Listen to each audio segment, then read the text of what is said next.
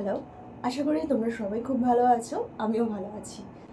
আজকের এই ব্লগটা করার একটাই কারণ, একটা স্পেশাল আনন্দ শেয়ার করবো বলে এই ভিডিওটা বানাচ্ছি। আমার সব থেকে আনন্দের কারণ এটাই হয় যে আমি ঘুরতে চাই। ঘুরতে গেলেই আমি সব থেকে বেশি খুশি হই। তো আমরা যাচ্ছি ঘুরতে, আর ঘুরতে কোথায় যাচ্ছি সেটা আমি কিছুক্ষণ পরে তোমাদেরকে বলবো। তো তার আগে একটা ছোট্ট গল্প করে দিই। এই পাহাড় নিয়ে একটা ভয় আমার সবসময় আছে। 2 বছর আগে আমরা দার্জিলিং ঘুরতে গিয়েছিলাম। তো সেটা আমরা গিয়েছিলাম প্রায় 12 বছর পর। 2012-তে আমাদের হানিমুন ট্রিপে একটা দুর্ঘটনা ঘটে গিয়েছিল। সেই দুর্ঘটনাটাতে আমার প্রাণ প্রায় যায়, আমি বলতে গেলে বেঁচে ফিরেছিলাম। তো সেই জন্যই পাহাড় নিয়ে আমাদের খুবই ভয় কাজ করতো।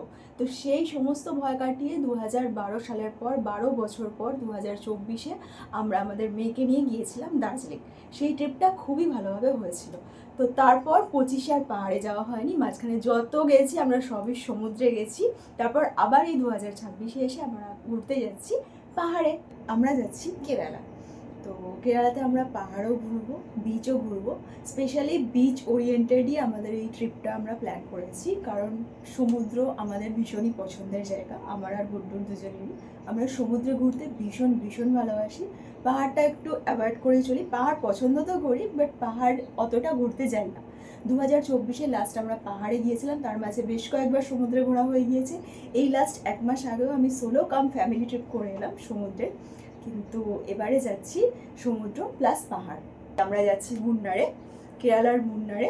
তো সেখানে পাহাড় ওই রকম অতটা উঁচু নয়, মানে কি বলবো, অতটা চড়াই উতরাই মুন্নারের পাহাড়ে নেই। বারবিরও সমস্ত বাচ্চার মতো একটু ভমিটিং টেন্ডেন্সি আছে। তো সেই নিয়েও আমরা একটু চাপে থাকি, ওকে নিয়ে পাহাড়ে ট্রিপ বলে। তো পুরো ট্রিপটায় পাহাড় শুধু মুন্নার আছে, আর বাকি সমস্ত বিচ। তো তার জন্য আমি ভীষণ ভীষণ রকম এক্সাইটেড। সমুদ্র, আমি জাস্ট সমুদ্রের কাছে থাকতেই ভালোবাসি। মানে আমি যদি পারতাম না, সমুদ্রের কাছে একটা বাড়ি করে নিতাম। মানে কিছু জিনিস শপিং করেছি, তোমাদেরকে দেখাই। এটা আছে লিবার্টির একটা স্যান্ডেল, দারুণ কালারটা না, পার্পল।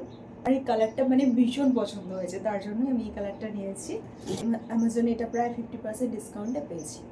জুতোটার কোয়ালিটিটা তো আমার বেশ ভালোই লেগেছে। আর তারপর পরে কতটা কি কমফোর্টেবল সেটা পরলে বোঝা যাবে। তার লাস্ট 1 বছর, প্রায় 1 বছরের বেশি, ডক্টর শু ছাড়া অন্য কোনো রকম জুতো পরিনি। তো 1 বছর পর আমি এটা ট্রাই করছি।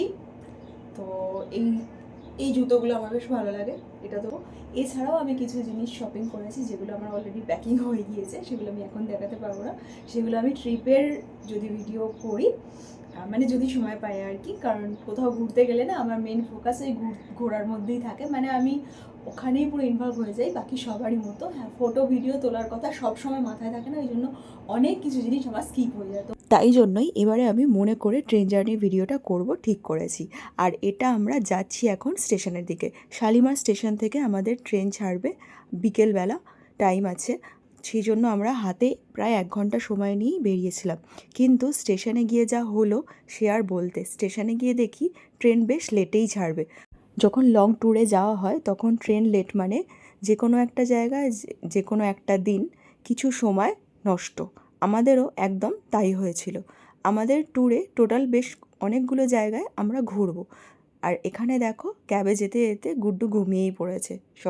আজকে অনেকটা ভোরবেলা উঠেছিল তাড়াতাড়ি অফিস যেতে হবে বলে। বারবির জন্য আমি বাড়ি থেকে ভাত আর তরকারি নিয়ে গিয়েছিলাম, আর আমাদের জন্য কিছুই নিয়ে যাইনি। পুরোটাই প্ল্যানিং ছিল বাইরে থেকেই কিনে খাওয়া হবে, কিন্তু আমাদের ক্যাবে যাওয়ার সময় কোনো কিছুই কেনা হয়নি। তো আমরা পুরোটাই ট্রেনের প্যান্ট্রি কারের খাবারই খেয়েছিলাম। প্রচণ্ড সন্ধ্যাবেলা খিদে পাচ্ছিল, ট্রেন তো ছাড়তে লেটই করেছে, তার জন্য আমরা প্রথমেই স্যান্ডউইচ আর চা খেয়ে নিলাম। স্যান্ডউইচটা মোটেও ভালো ছিল না, চিজটা বড্ড বেশি ছিল। আর চাটা ঠিকঠাকই ছিল, যেমন ট্রেনের চা হয় সেই রকমই। তারপর আমরা নিয়ে নিলাম চিকেন পকোড়া। চিকেন পকোড়ার সাথে টমেটো সস দিয়েছিল, কিন্তু টমেটো সস ছাড়াই খেয়েছি, বেশ ভালো টেস্ট ছিল। প্রথমে 1 প্যাকেট নিয়েছিলাম, তারপর ভালো লাগতে সবাই মিলে আরও 2 প্যাকেট নিয়ে খেয়েছিলাম। এবার বারবি তো বেশি চিকেন পকোড়া খায় না, তো ও বলল চিপস খাবে, তো তার জন্য ওর জন্য আবার একটা নিয়ে নিলাম চিপসের প্যাকেট। তবে এই গোটা চিপসের প্যাকেটটা আমি মেয়েকে দিইনি, আমিও কিছুটা ভাগ ওর থেকে অবশ্যই নিয়েছি। ওকে এই জাঙ্ক ফুডগুলো আমি বেশি অ্যালাউ করি না, একমাত্র ঘুরতে গেলেই ও খায় এইসব, তাও রয়েসই। ডিনারে নিয়ে নিয়েছিলাম আইআরসিটিসির চিকেন মিল, যাতে ছিল ভাত, ডাল, 2 রকমের সবজি, চিকেন আর 2খানা করে পরোটা। সন্ধ্যে থেকে অনেক কিছু খাবার জন্যই এই পুরো খাবারটা আমি খেতে পারিনি, কিছুটা নষ্টও হয়েছিল বটে। তবে এই চিকেনটা কিন্তু বেশ স্পাইসি ছিল, তার জন্য অত বেশি খাওয়া যাচ্ছিল না। যাই হোক, খাওয়া দাওয়ার পর আমরা শুতে যাব এরকম সময় বারবি বলল ও এখন ঘুমোতে চায় না, ও এখন বসেই থাকতে চায়। তো এখন দেখছো প্রচণ্ড ঘুম পেয়ে গিয়েছে, বাজে প্রায় 10:30। গোটা ট্রেনের পুরো আলোটাই নিভে গেছে বলতে গেলে, কিন্তু আমরা বসে রয়েছি তিনজনে মিলে, কারণ বারবি ঘুমোতে চায় না। কোথাও ঘুরতে গেলে বাচ্চাকে সঙ্গে নিয়ে বাচ্চার এই ছোটো ছোটো আবদারগুলো মা বাবা হিসেবে রাখতে হয় বলেই আমি মনে করি। তো সেই জন্যই আমরা তিনজনেই একটাই সিটের মধ্যে বসে আছি। আর আমাদের সাইডের আপার বার্থ আর লোয়ার বার্থ পড়েছিল, আর কূপের মধ্যে একটা বার্থ পড়েছিল, কিন্তু আমরা তিনজনে মিলে একদম এই লোয়ার বার্থটাতেই অনেকক্ষণ টাইম বসে কাটিয়ে দিয়েছি। তারপর আর একটু রাত হতে নিজের ওষুধগুলো চটপট খেয়ে নিয়ে শুতে যাব, এমন সময় মনে হলো যে যা, মিষ্টি দইটা তো খাওয়া হয়নি, সেটাও তো কেনা হয়েছিল, ওই প্যান্ট্রি কার্ড থেকেই নেওয়া হয়েছিল। তো ওষুধ খাওয়ার পর আমি আবার মিষ্টি দইটা খেতে বসলাম, সেটা একটু বারবির সাথে শেয়ার করলাম। যে কোনো ট্রেন জার্নিতে আমার খাওয়া দাওয়াটা একটু বেশি হয়ে যায়, তখন আর কোনো কিছুর হিসেব থাকে না, আর না থাকে কোনো কিছুর কন্ট্রোল। কিন্তু কি করা যাবে, টাইম তো কাটাতেই হবে।